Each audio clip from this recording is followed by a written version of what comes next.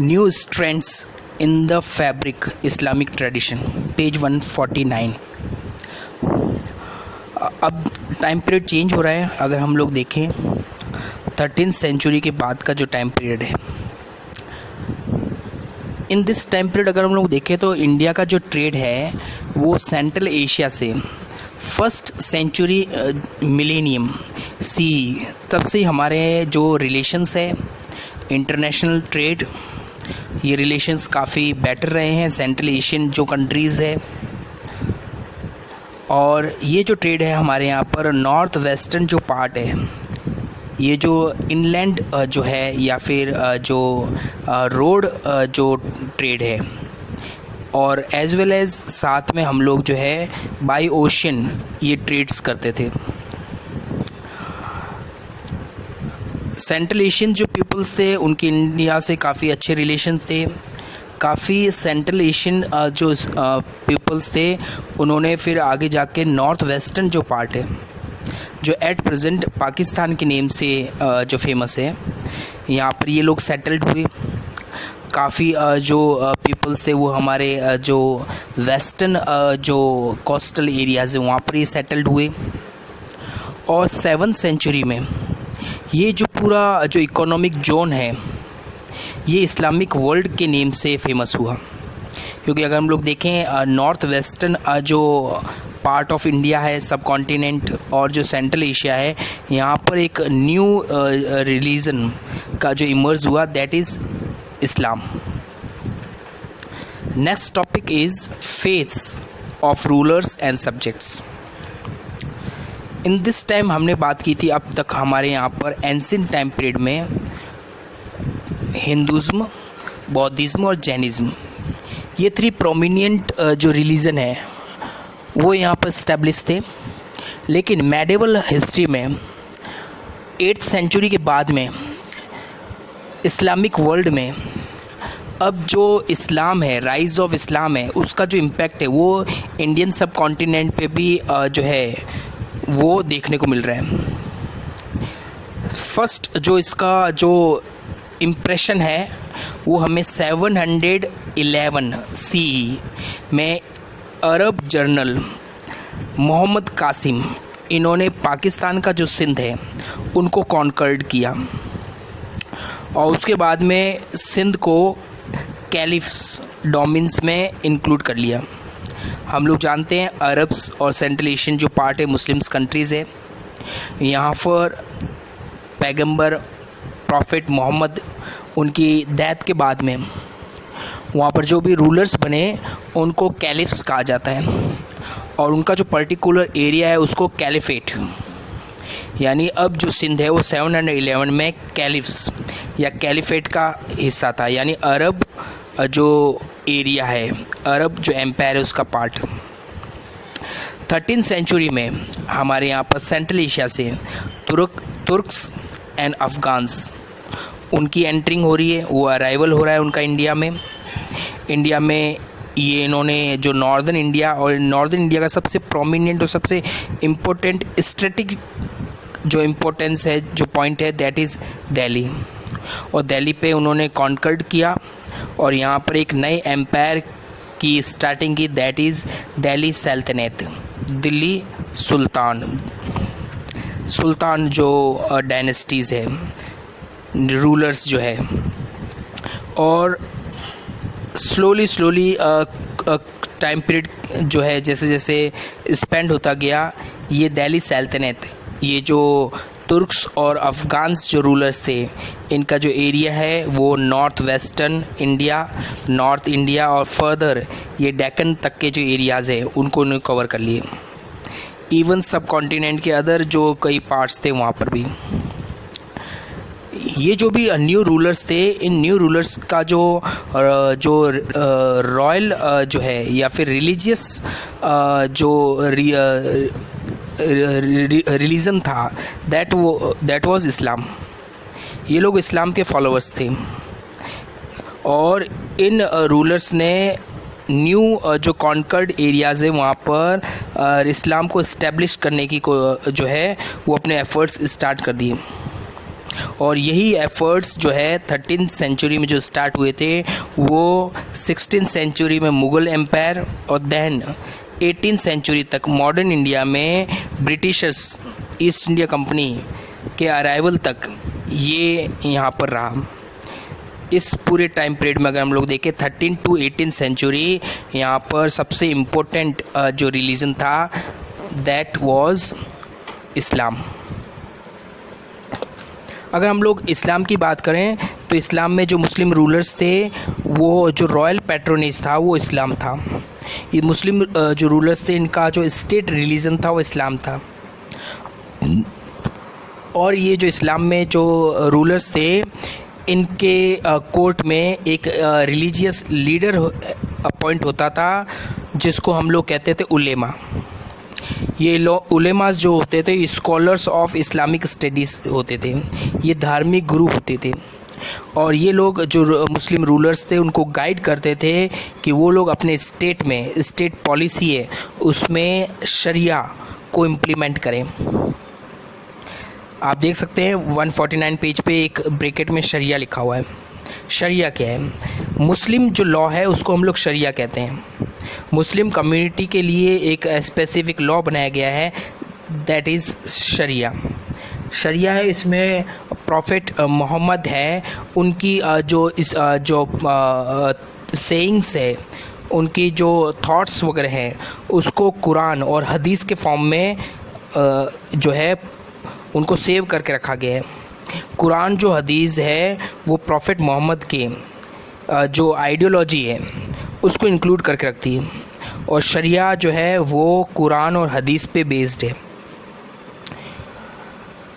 अगर हम लोग देखें तो अरब कंट्रीज़ में जो मेजॉरिटीज़ थी वो मुस्लिम्स की थी, लेकिन अरब्स में भी कुछ ऐसी माइनर कम्युनिटीज़ थी जो नॉन मुस्लिम्स थी और इवन इंडियन सब कॉन्टिनेंट में तो मेजॉरिटी जो है वो नॉन मुस्लिम्स की थी।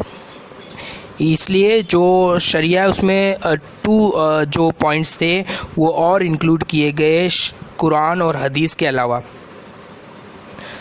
दैट वाज कियास एंड इज़्मा। कियास और इज़्मा है वो जो नए आपने कॉन्कर्ड एरियाज़ हैं उनके सिनेरियो में ये इंट्रोड्यूस किए गए। कियास में ये चीज़ इंक्लूड था कि आप जो न्यू सिनेरियो में जहाँ आप जा रहे हैं, नए सीन में जा रहे हैं, वहाँ का जो इन्वायरमेंट है उसके अकॉर्डिंग आप अपने लॉ मेकिंग करें। और इज़्मा में है कि जो अदर जो नॉन मुस्लिम्स है उन कम्युनिटीज़ को भी अपने साथ लेके चलें, उनकी जो एक्सपेक्टेशन है उसके अकॉर्डिंग लॉ बनाएं। तो इस तरह से हम लोग देख सकते हैं शरिया का जो मतलब है कुरान हदीस प्लस कियास एंड इज़्मा, इसका जो है मिक्सचर। तो शरिया एक मुस्लिम लॉ है, उसमें ये सब चीज़ें इंक्लूडेड है। तो ये उलेमास जो है इनका हमेशा ये गाइड करते थे, इनका हमेशा मुस्लिम रूलर्स के ऊपर प्रेशर रहता था कि वो जो है वो अपनी पॉलिसीज़ के थ्रू इस्लाम्स को यहाँ पर डीपली इम्प्लीमेंट करें, एस्पेशली जो नॉन मुस्लिम्स एरियाज़ है। और धीरे धीरे जो हम लोग देख रहे हैं कि यहाँ पर जो राइज़ ऑफ इस्लाम भी जो है काफ़ी तेज़ी से हो रहा है। इसमें एक और टर्म आ रहा है that is Jimmy. Jimmy term उन लोगों के लिए यूज़ करता है जो नॉन मुस्लिम्स हैं। ये एक अरेबिक वर्ड है। अगर हम लोग अरेबिक कंट्रीज़ की बात करें तो अरेबिक कंट्रीज़ में जियोज़ और क्रिश्चियंस उनको हम लोग जिम्मीज़ कहते हैं, नॉन मुस्लिम्स। मुस्लिम अरब कंट्रीज़ की बात करें तो एट प्रेजेंट पूरे वर्ल्ड में जियोज़ का सबसे जो बिग कंट्री है दैट इज़ इज़राइल। और क्रिश्चियंस, काफ़ी जो क्रिश्चियंस है वो यूरोप से इन सेंट्रल एशिया में आके वो लोग सेटल्ड हुए थे। ये जो नॉन मुस्लिम्स थे जियोज़ और क्रिश्चियंस, इनको जिम्मी कहा गया।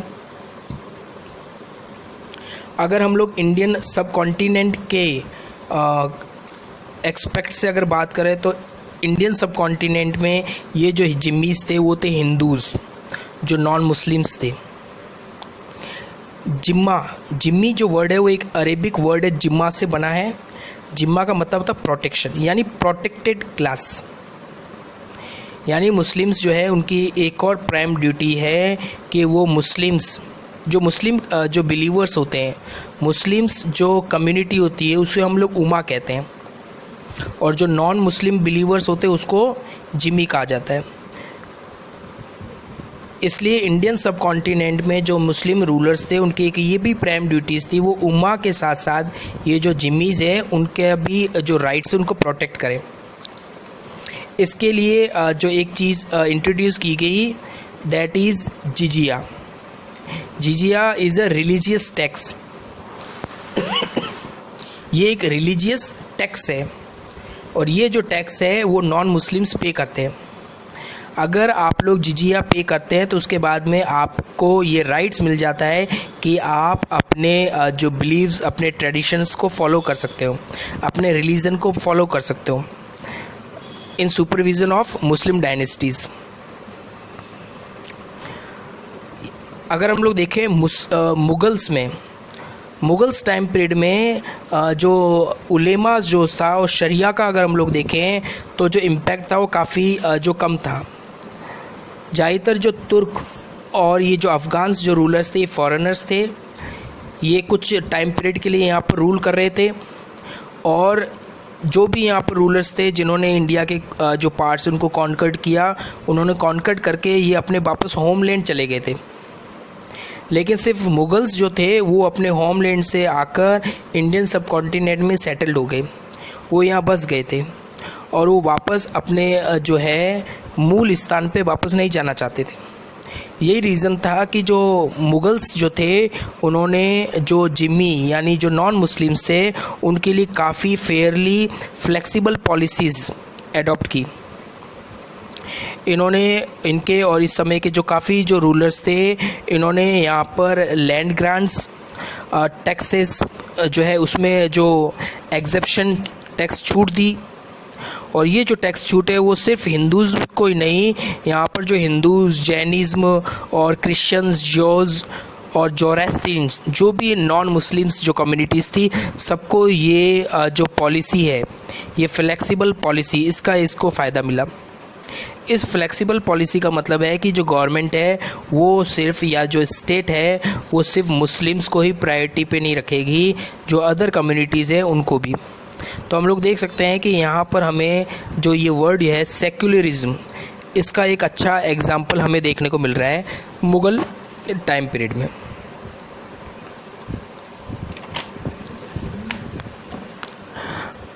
यही जो ग्रांट्स है, हमें कई ऐसे एविडेंस मिले हैं जिसमें अकबर और औरंगजेब है, इन्होंने भी इन ग्रांट्स को और इन जो पॉलिसीज़ को, ये फ्लेक्सिबल पॉलिसीज़ है, इसको अपने टाइम पीरियड में इन्होंने इम्प्लीमेंट किया। आप देख सकते हैं 150 नंबर पेज पे सोर्स 5 और चर्च इन खंबात। ये जो सोर्स है वो अकबर से रिलेटेड है। 1598 में ये एक फरमान, एक इम्पीरियल ऑर्डर, शाही आदेश जारी किया गया था। इसमें जो खंबात जो कि गुजरात में है, वहाँ के जो गवर्नमेंट ऑफिसर्स है उनको एक ऑर्डर, एक फरमान जारी किया गया, और ये कहा गया कि जो होली सोसाइटी है जीसस की, यानी जो क्रिश्चियंस है, उनके जो पादरीज यानी उनके जो रिलीजियस लीडर्स है, वो अपने प्रेयर के लिए एक चर्च वो खंबात में चाहते हैं, और ये हमारा मैंडेट यानी हमारा एक ऑर्डर है कि वहाँ के जितने भी डिग्नेटरीज यानी जो भी ऑफिसर्स हैं खंबात में, वो ऐसा कोई स्टैंड नहीं ले जो इनके अगेंस्ट हो। आपको उनकी हेल्प करनी है, आप अपने आप को इस तरह से इंगेज करो कि आप उनके ये जो वर्शिप प्लेस है उसको बिल्डअप करने में हेल्प कर सकें, और इसको जो मुग़ल एम्परर है उनका, उसके ऑर्डर के तौर पे इसको माने, इसको ऑबे करें। तो आप देख सकते हैं कि किस तरह से वो एक अपने ऑर्डर के थ्रू जो अकबर है वो मुस्लिम जो उनका स्टेट रिलीजन है उसके अलावा जो अदर जो रिलीजन्स है उनको भी सेम रिस्पेक्ट दे रहे हैं। सेम ऐसा ही हमें जो एक सोर्स 6 देखने को मिल रहा है, रिवर्जेंस फॉर द जोगी। ये औरंगजेब से रिलेटेड है। ये एक लेटर है जो 1661-62 में जो है औरंगजेब ने भेजा है। इस औरंगजेब में इस लेटर की जो स्टार्टिंग में वो जो एड्रेस कर रहे हैं, शिव मूर्त गुरु आनंद राज जियो, जियो का मतलब है जय हो, यानी गुरु आनंददास जी की जय हो। अब ये एक हिंदू जो है जोगी हैं, इन जोगी के बारे में ये लिख रहे हैं और ये कह रहे हैं कि हमें जो है हमें ये उम्मीद है कि आप अपने पीस और हैप्पीनेस जो है उस को एंजॉय कर रहे होंगे और आप जो है अपना जो प्रोटेक्शन है वो हमारे ऊपर बनाए रखेंगे। इसके अलावा वो ऑफ़र कर रहे हैं कि हम लोग आपको एक piece of cloth for a stock, जो स्टॉक है इसका मतलब है पोशाक।